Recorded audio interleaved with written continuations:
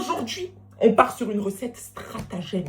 Eh oui, je m'envole pour le Brésil et il est hors de question que je me cherche, d'accord? Je dois être très tchatcheuse et samba.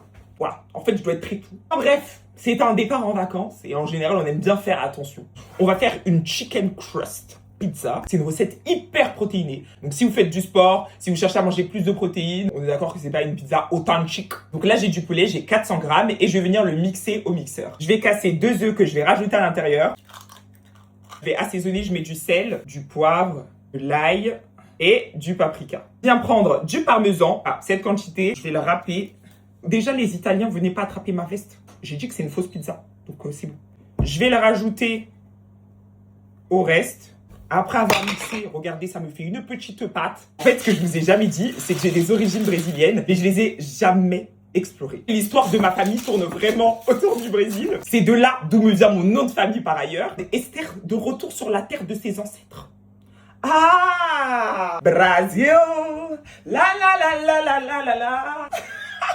Enfin bref. Là, j'ai une planche qui va au four. J'ai mis un papier cuisson dessus. L'idée, c'est de former une pâte. Donc là, vous faites un peu la forme que vous voulez. Et maintenant, ça va partir en cuisson au four à 200 degrés pendant 25 minutes. Ensuite, on va passer au topping.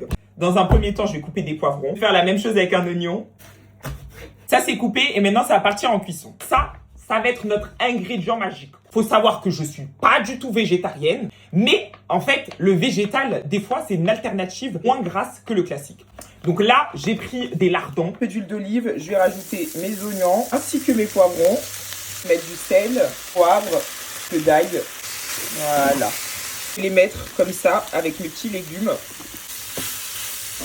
Au bout de 25 minutes, ma base est prête. Vous voyez, ça se décolle tout seul. Je vais mettre ce que j'ai cuit. Bon, la sauce tomate. Vous mettez celle de votre choix. Moi, c'est celle-ci que je mets. Temps de rajouter ce que j'ai préparé là. Erreur de débutante. Avant ma garniture, j'ai enlevé tant bien que mal. Je vais mettre mon fromage.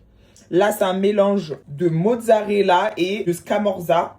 Si vous mettez juste de la mozzarella en boule aussi, c'est très bien. Vous me coupez des tranches. Je reviens mettre mes légumes. Comme je suis une petite maline, je me suis gardé du fromage. Je termine avec un peu de parmesan, comme ceci. Merveilleux. Et bien là, ça repart en cuisson au four pendant 10 minutes. Au bout de quelques minutes, ma pizza est fin prête. Mais quelle merveille! Oh là là! Regardez-moi ça! Et vous savez, en fait, les faux lardons là, je sais pas pourquoi, mais ça a le goût de la sauce barbecue. Donc ça ajoute encore plus. Là, j'ai l'impression de manger un barbecue en fait.